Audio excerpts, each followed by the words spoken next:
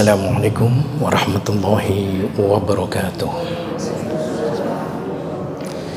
Innal hamdalillah nahmaduhu wa nasta'inuhu wa nastaghfiruh wa na'udzu billahi min shururi anfusina wa min sayyiati a'malina.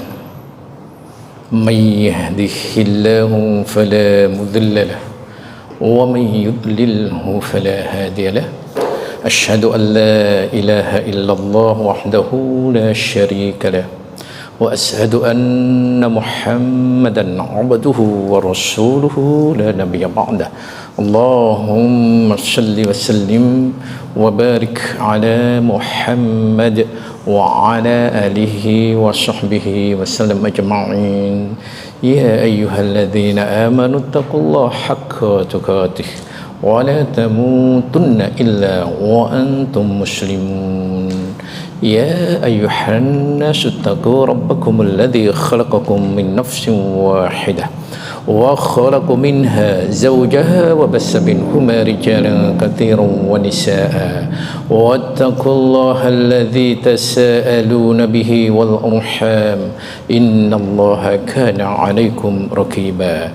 Ya ayyuhalladzina amanu taqullaha wa qulu qawlan sadida yuslih lakum a'malakum wa yaghfir lakum dhunubakum wa may yuti'illaha wa rasulahu faqad faza fawzan 'azima. Amma ba'd. Segala puji dan syukur kepadanya Allah Rabbul Jalil. Salawat dan salam teruntuk Rasul sallallahu alaihi wasallam, seluruh keluarga, sahabat dan umatnya yang istiqomah dalam syariat yang di bawahnya ila yaumil akhir. Ma'asyar muslimin wa iyyakum rahimahumullah. Materi kita pada hari ini yaitu kitab Riyadhus Shalihin jilid 1 dan memasuki hadis ke-80. Hal yang begitu menarik yang bisa kita ambil faidah-faidahnya. Baik, hadis yang barusan kita dengarkan. Bagaimana Islam melihat seluruh aspek kehidupan seorang muslim, umat manusia pada umumnya, maka hendaklah ia menjadi sumber inspirasi guna untuk menjadikan aktivitas itu kebaikan, sehingga mendatangkan pahala yang begitu besar dalam kehidupannya, guna untuk mempersiapkan bekal diri setelah kematian. Jadi kehidupan setelah kematian, disinilah saatnya kita memperbanyak amal-amal solih. Dengan cara apa? Dengan cara kita melakukan kebaikan dan mengajarkan kebaikan. Insya Allah ini nanti materi sangat panjang sekali, tetapi saya mencoba meringkas dengan beberapa gambar sehingga nanti memudahkan bagi jamaah untuk mengetahuinya. Dari sekian ini tadi, mari kita perhatikan. Kuncinya adalah bagaimana menjadikan kebaikan dalam kehidupan kita. Semuanya baik, semuanya baik, semuanya baik, semuanya baik, semuanya baik. Ternyata Islam adalah agama yang mengatur seluruh kehidupan, dari yang paling kecil. Lihat, urusan tidur saja itu diterangkan dengan sangat rapi, sangat detail, adab-adabnya bagaimana, ini semuanya. Ini urusan tidur. Apalagi urusan yang sangat besar, pasti semuanya akan dijelaskan. Sebagai mukaddimah awal, Islam adalah agama paripurna, sempurna. Dan yang mengatakan kesempurnaan ini zat yang maha sempurna, Allah Rabbul Jalil. surat kelima ayat ketiga. Silahkan akhi.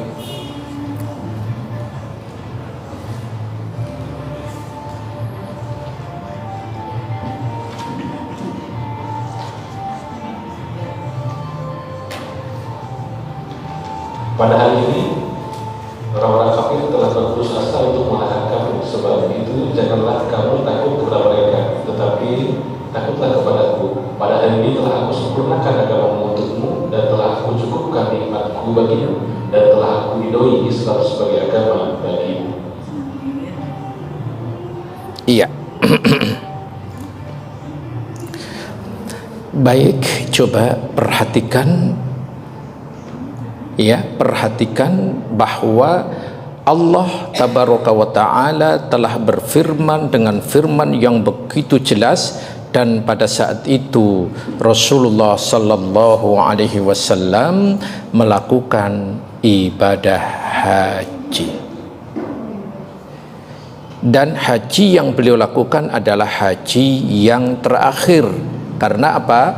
Karena Rasulullah sallallahu alaihi wasallam sudah mengerjakan seluruh aspek kehidupan ini. Oleh karena itu penting bagi kita meyakini Islam adalah sudah paripurna, dan yang mengatakan ini tadi adalah Allah tabaraka wa ta'ala. Jadi kalau begitu seluruh aspek kehidupan insya Allah yakin sudah diberikan oleh Allah melalui Rasulnya. Lihat ayat yang barusan dibaca ini sudah Bu Dokter tolong dicek terlebih dahulu. Ya. Islam agama yang sudah paripurna berdasarkan Quran surat Al-Maidah ayat ketiga tadi, berarti perlu tambahan tidak? Tidak. Masih ada kekurangan enggak? Tidak. Jadi kalau begitu seluruhnya sudah dijelaskan. Itu. Juga bisa dilihat akhi Quran surat An-Nahl ayat ke 89. An-Nahl surat 16 ayat 89.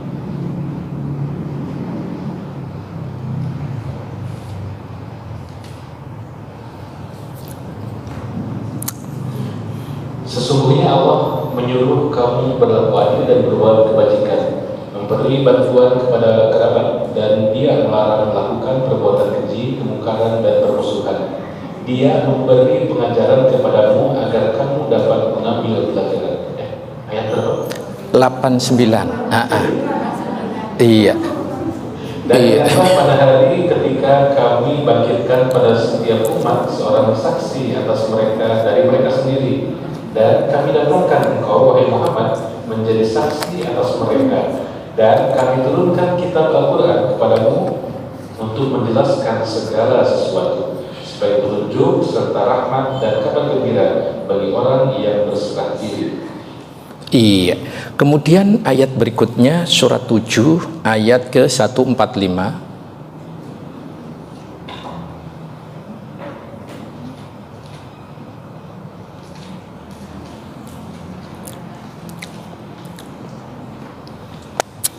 Dan telah kami tuliskan untuk Musa pada Lauh Taurat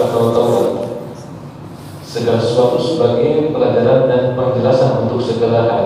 Maka kami berfirman, berpegang teguhlah kepadanya, dan suruhlah kaummu berpegang kepadanya dengan sebaik-baiknya. Aku akan memperlihatkan kepadamu negeri orang-orang fasik. Iya.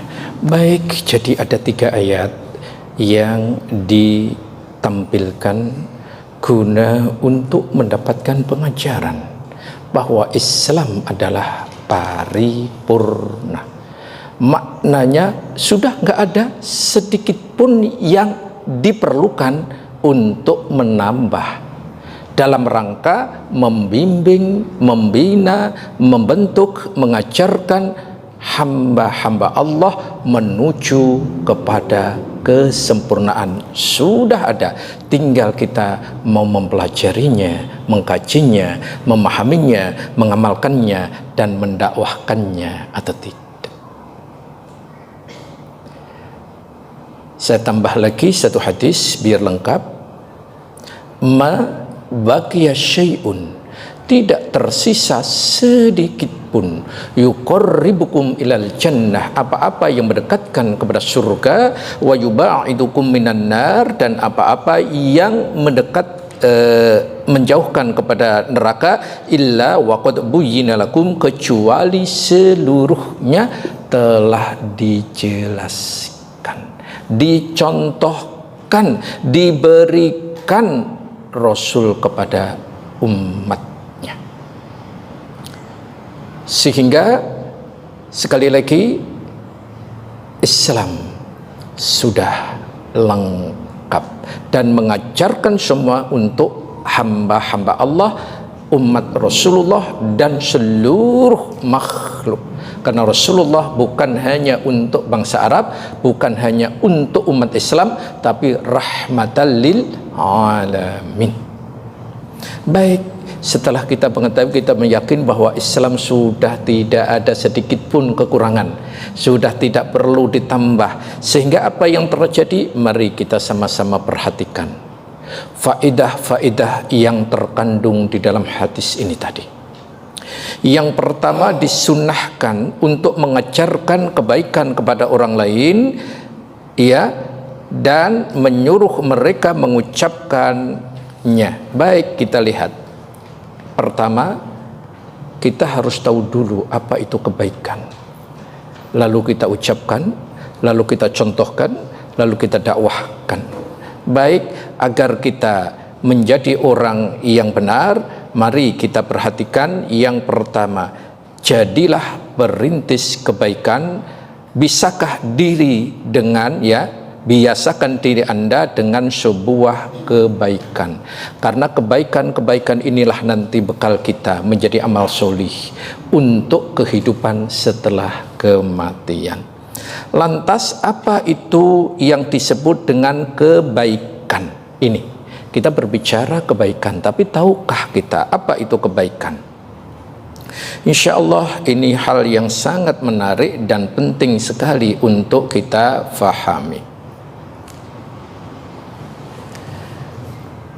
Saya mengambil definisi ini dari sahabat mulia Ali bin Abi Thalib yang disebutkan dalam kitab Az-Zuhd Al-Kabir nomor 708, juga Al-Hilyah juz 1 halaman 75. Ali bin Abi Thalib radhiyallahu an mengatakan, ini makna kebaikan.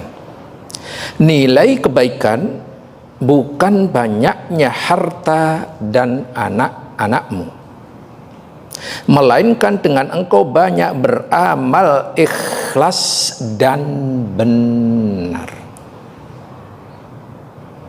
dan penuh kehati-hatian atau lemah lembut, dan engkau bersegera dalam beribadah kepada Rabb-Mu. Jika engkau berbuat baik, pujilah Allah. Jika engkau terjatuh dalam dosa, segeralah meminta ampun kepada Allah. Tidak ada kebajikan dalam dunia ini kecuali bagi salah satu dari dua orang. Jamaah nanti akan dapat di WA, ya. Akan dapat di WA. Yang pertama, seorang yang jika dia terjatuh pada dosa, maka dia mengakui dan segera bertaubat. Yang kedua, seseorang yang bersegera berbuat kebaikan. Ingat, apa tadi definisi kebaikan? Definisi kebaikan adalah engkau banyak beramal dengan ikhlas dan benar.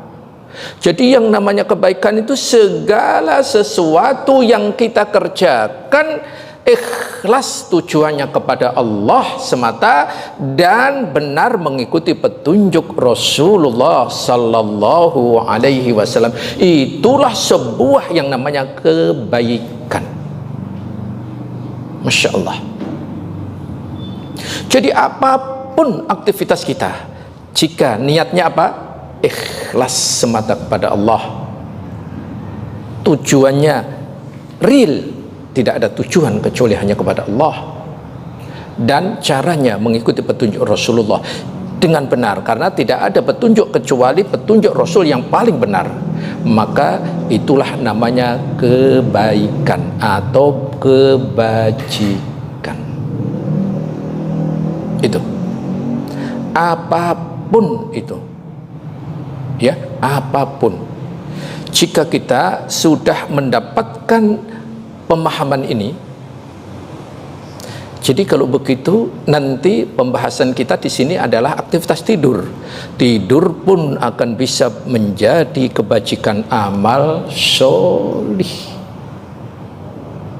Ketika nanti kita menjalankan sesuai dengan tujuannya lillahi ta'ala, caranya mengikuti Rasulullah sallallahu alaihi wasallam, insyaallah tidur pun akan bernilai ibadah, kebaikan, kebajikan. Maka aktivitas manusia itu tidak lebih dari dua, kebaikan dan keburukan. Kalau kebaikan, bersegeralah ya memuji Allah. Kalau kita bisa mengerjakan kebajikan, pujilah Allah. Pujiannya gimana? Alhamdulillahi bini'matihi tatimmus sholihat. Segala puji bagi Allah, semoga kebaikan-kebaikan ini lebih sempurna lagi. Yang sudah kita lakukan biar lebih sempurna, biar lebih sempurna, lebih sempurna lagi. Iya. Doa itu pingin jamaah dapat, ya, ulang ya. Kalau kita sudah mengerjakan kebajikan, ya, mengerjakan kebajikan, jangan sombong, yakinkan ini karena Allah, maka pujilah Allah. Alhamdulillahi bini'matihi tatimmus sholihat. Atau doa yang sering kita dengarkan, Rabbi auzi'ni, dan seterusnya. Minimal alhamdulillah. Kecuali kalau amalan tersebut memang ada ketentuannya, seperti setelah sholat, setelah kita salam, selesai sholat baca apa? Astaghfirullah, bukan alhamdulillah. Karena apa? Karena sholat kita, yakinkah kita semuanya bisa khusyuk? Jujur ya, begitu Allahu Akbar aja sudah ingat kemana-mana. Gitu loh. Iya. Namun ketika jatuh kepada dosa dan kesalahan, bersegeralah memohon ampun kepada Allah, maka seluruhnya akan menjadi sebuah kebaikan untuk kita. Oleh karena itu sangat penting untuk kita ketahui. Silahkan Bu Dokter di share berikutnya. Setiap yang kita lakukan akan kembali pada pelakunya. Ingat, setiap apapun yang dilakukan akan kembali kepada pelakunya. Surat Al-Isra ayat ke-7. Silahkan akhi.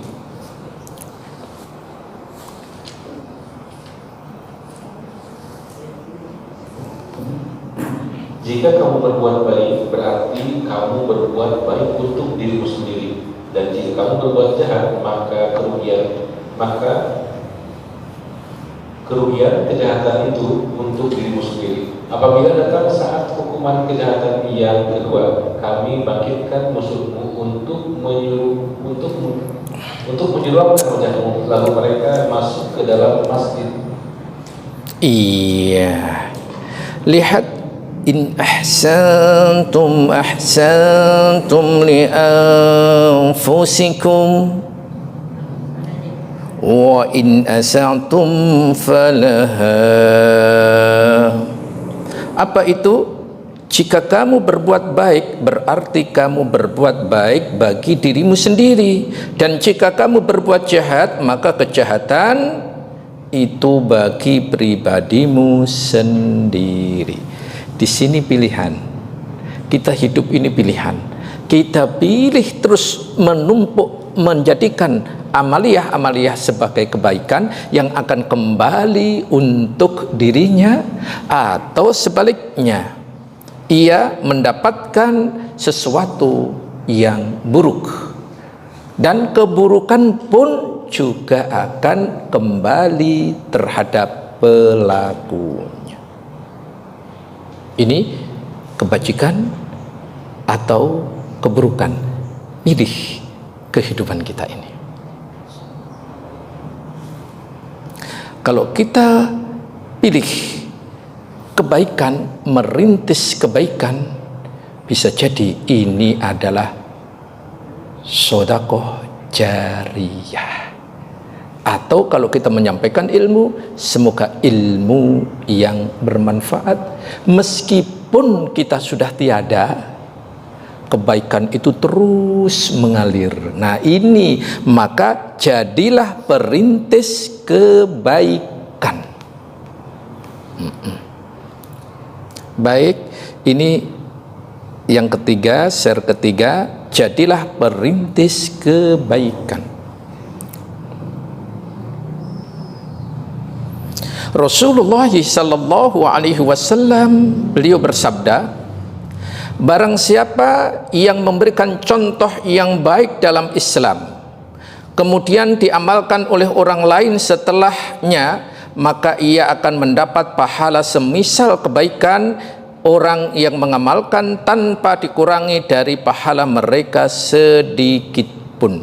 Hadis riwayat Imam Muslim nomor 1017. Siapa yang menjadi perintis kebaikan, kebaikan itu akan terus mengalir, tapi bukan membuat syariat baru. Jadi syariat-syariat di dalam Islam yang hampir punah. Apa ada? Contoh, betapa banyak orang yang hampir kehilangan, misalkan sholat tahiyatul masjid. Itu. Maka ketika ini kan banyak orang yang masuk masjid langsung duduk aja kan. Maka alhamdulillah, maka ayo kita jadi perintis. Yang hampir hilang ini, begitu kita selalu mengerjakan ketaatan-ketaatan itu, kemudian ada yang melihat, kemudian mengikutinya, kemudian diikuti lagi. Masya Allah, itulah perintis kebaikan. Contoh lain seperti itu. Contoh yang kedua, perintis kebaikan. Ini untuk kalau ini tadi sifatnya umum. Sekarang perintis kebaikan untuk bapak-bapak dan untuk ibu-ibu.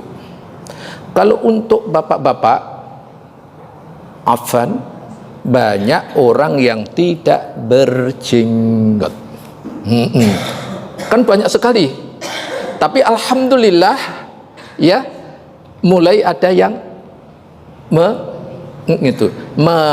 memelihara sunnah Nabi ini, akhirnya diikuti. Ini ingat, ini sunnah yang hampir hilang. Tapi sekarang Masya Allah di Indonesia ya, terutama anak-anak muda itu sekarang sudah mulai banyak sekali. Ini perintis. Makanya siapa yang pertama kali memberikan contoh sesuai dengan sunnah ini, akan ia mendapatkan banyak sekali keutamaannya. Ini untuk bapak-bapak. Sekarang untuk ummahat, ya, era 60-an, 70-an, para kaum hawa banyak sekali nggak pakai jilbab. Ya kan tahun itu yang pakai jilbab hanya yang di pesantren atau orang-orang yang tua-tua. Loh iya loh, itu jujur. Maka saya masih ingat 6 atau 7 mahasiswa yang memperjuangkan itu sampai ia hampir dikeluarkan atau sudah dikeluarkan dari kampusnya ketika itu karena mempertahankan jilbabnya. Sejak itulah Masya Allah kaum muslimah hampir sekarang ini menggunakan jilbab. Nah, ke-6 atau ke-7 mahasiswa yang menjadi pelopor kebajikan itu pahalanya berapa? Masya Allah. Ini contoh. Jadilah perintis kebaikan yang sesuai dengan sunnah. Pahalanya akan luar biasa, kebaikannya yang akan didapat. Masya Allah. Itu seharusnya yang jadi pelopor itu harus dapat apa? Sertifikat. Enggak, tapi enggak usah lah ya. Nanti dari Allah aja. Baik, ini poin pertama. Kemudian PR bagi kita apa yang bisa kita ambil agar kita bisa menjadi pelopor atau perintis kebajikan berikutnya. Ini PR bagi kita. Biar kita kebajikan itu terus mengalir meskipun nanti kita tiada, sudah meninggal. Luar biasa. Ini hal yang pertama. Kemudian yang kedua, perhatian Islam terhadap segala sisi kehidupan dan berbagai urusan umat manusia baik saat tidur, terjaga maupun hidup dan mati. Bahkan pengurusan terhadap seluruh kehidupan akan diatur. Karena tadi bahwa Islam mengatur seluruh kehidupan. Lihat gambarnya agak sedikit buram, yaitu Islam mengatur kita dari tidur sampai menegakkan negara. Jadi pengaturan yang paling kecil tidur sampai urusan negara yang sangat besar. Atau urusan rumah tangga sampai urusan negara. Jadi kalau begitu Islam adalah mengatur seluruh sendi kehidupan. Jika tidur saja ya diatur, apalagi yang lainnya.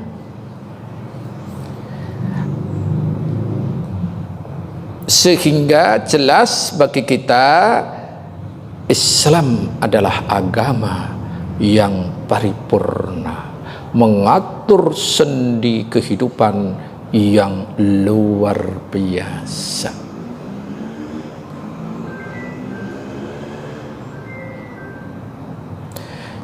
Tidak ada satupun kalimat, tidak ada satupun sikap, tidak ada satupun perbuatan, baik urusan pribadi atau urusan masyarakat atau urusan bahkan berbangsa dan bernegara, terkecuali semuanya dicontohkan,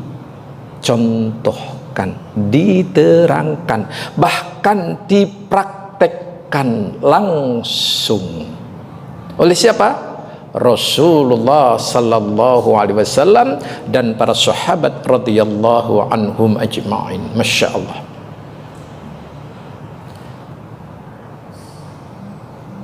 Contoh nanti di sini dari yang paling kecil apa?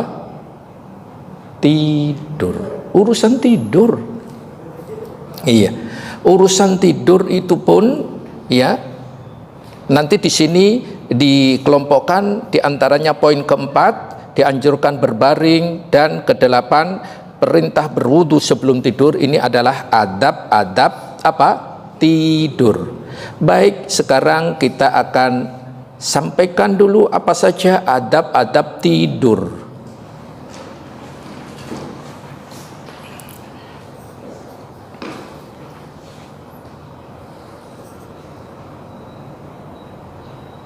Baik, adab tidur. Agar tidur kita, lihat tadi, dari yang kecil sampai besar, sampai mengatur negara, Islam mengatur semuanya.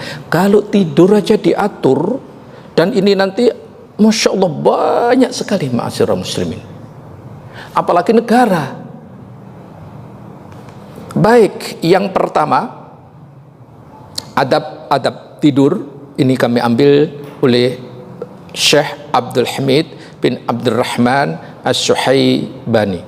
Pertama, adab tidur adalah tidak mengakhirkan tidur malam selepas sholat isya kecuali keadaan darurat seperti mengulang atau murojaah ilmu, atau adanya tamu, atau menemani keluarga. Jadi setelah sholat isya, kalau memang tidak ada keperluan yang disebutkan tadi, keperluan-keperluan yang sangat penting, maka seyogyanya cepat tidur. Itu adabnya. Hal ini disampaikan hadis riwayat Bukhari, Imam Muslim, lafaz ini milik Al-Bukhari, bahwa Rasulullah sallallahu alaihi wasallam membenci tidur malam sebelum sholat isya dan berbincang-bincang yang tidak bermanfaat setelahnya. Itu. Jadi sekali lagi, kalau kita ingin menjadikan kebaikan tidur kita, cepatlah tidur, kecuali memang ada keperluan-keperluan yang memang penting. Seperti itu yang pertama. Yang kedua, hendaklah tidur dalam keadaan sudah berwudu. Di poin ke-8 ini tadi, yaitu apabila engkau hendak mendatangi pembaringan atau tidur, maka hendaklah berwudu terlebih dahulu sebagaimana wudumu untuk melakukan sholat. Hadis riwayat Bukhari dan Muslim. Ini mau diringkas banyak sekali, jadi ya udahlah di-share gini aja. Sebetulnya pengen ngeringkes juga, cuman kan panjang banget ini, hadis-hadisnya banyak sekali. Yang ketiga, hendaklah mendahulukan posisi tidur di atas sisi sebelah kanan atau rusuk kanan sebagai tumpuan, dan berbantal dengan tangan kanan. Tidak mengapa apabila setelah berubah posisi di atas sisi kiri, rusuk dan seterusnya. Hal ini didasarkan oleh Rasul, berbaringlah di atas rusuk sebelah kananmu. Tadi yang disampaikan di sini. Nanti setelah tidur mau jungkir balik nggak masalah. Gitu loh. Tapi sebelum tidur itu, awalnya dulu. Karena ini adab. Sekali lagi, ini adab, dan ini semua pakai rujukan yang jelas. Ini menunjukkan Islam itu dari yang kecil saja luar biasa. Kemudian yang keempat, tidak dibenarkan tengkurap dengan posisi perut sebagai tumpukan, baik ketika tidur malam maupun tidur siang. Dalilnya hadis riwayat Abu Dawud dengan sanad yang sahih, sesungguhnya posisi tidur tengkurap itu adalah posisi tidur yang dimurkai oleh Allah Azza wa Jalla. Ini, jadi nggak boleh tidur tengkurap, apalagi orang yang hamil 9 bulan.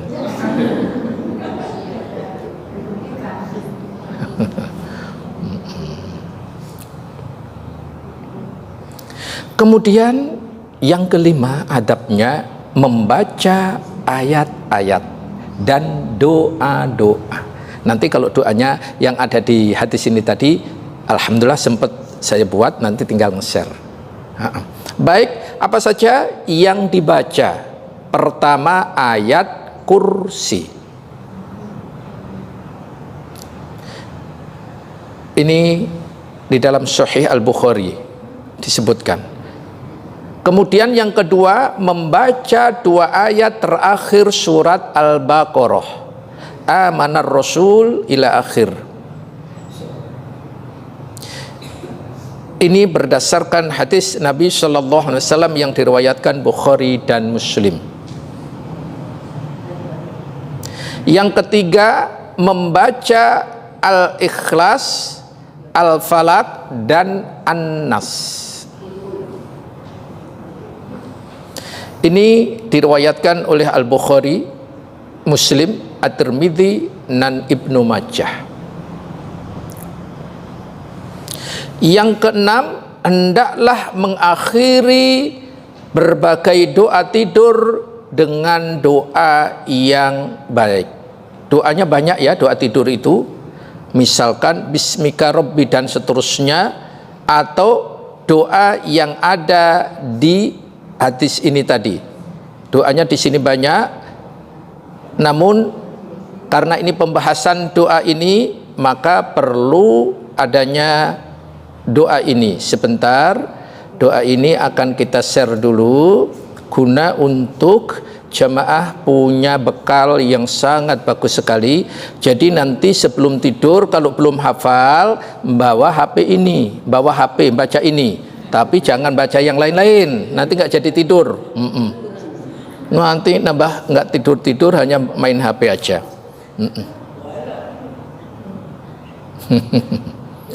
Jadi sudah saya buatkan sangat simple ya. Doa yang ada di hadis ini tadi. Jangan lupa kalau paling bawah nggak usah dibaca. Yang paling bawah itu selalu ada MFH, nggak usah dibaca nanti. Nanti dibaca lagi itu. Enggak ya. Enggak ya. Enggak, ya udah. Sudah mau tidur sudah baca doa yang bagus-bagus, MFH. Jangan. Enggak boleh ya. Iya. Ini sudah saya ingin, alhamdulillah tadi sempat saya buat sehingga lebih mudah lagi. Doa yang ada di ini tadi, ya. Ini karena doa ini begitu kita baca keutamaannya, masya Allah, meninggal dalam keadaan fitrah. Ini luar biasa, luar biasa.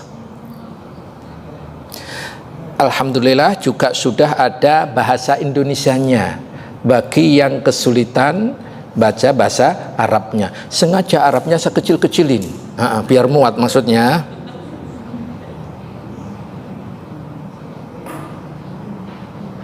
Baik, itu yang ketujuh. Yang keenam, sekarang adab yang ketujuh, adab tidur yang ketujuh. Kenapa ini kenapa ini diperluas? Karena materinya tentang ini, ya. Ustadz langsung di-share langsung gitu aja, enggak, ini karena materinya memang materi ini, penegasannya di sini. Kemudian yang ketujuh, setelah membaca doa-doa ini tadi, jangan lupa yang ketujuh, disunnahkan apabila hendak membalikkan tubuh dari satu sisi ke satu yang lain ketika tidur malam untuk mengucapkan doa, ya. Kan ada kalau sudah kadang-kadang nggak bisa tidur kan jamaah, cuman ke kiri, ke kanan, ke kiri, ke kanan, bacalah doa, pasti nanti akan lebih utama. Tetapi nggak tahu ketika nyalain HP hanya dibaca doa ini atau yang lainnya, masalahnya gitu. Doanya insya Allah sangat bagus sekali. Hadis ini diriwayatkan oleh Al-Hakim. La ilaha illallahul wahidul qahhar, Rabbus samawati wal ard wa ma bainahumal azizul ghaffar.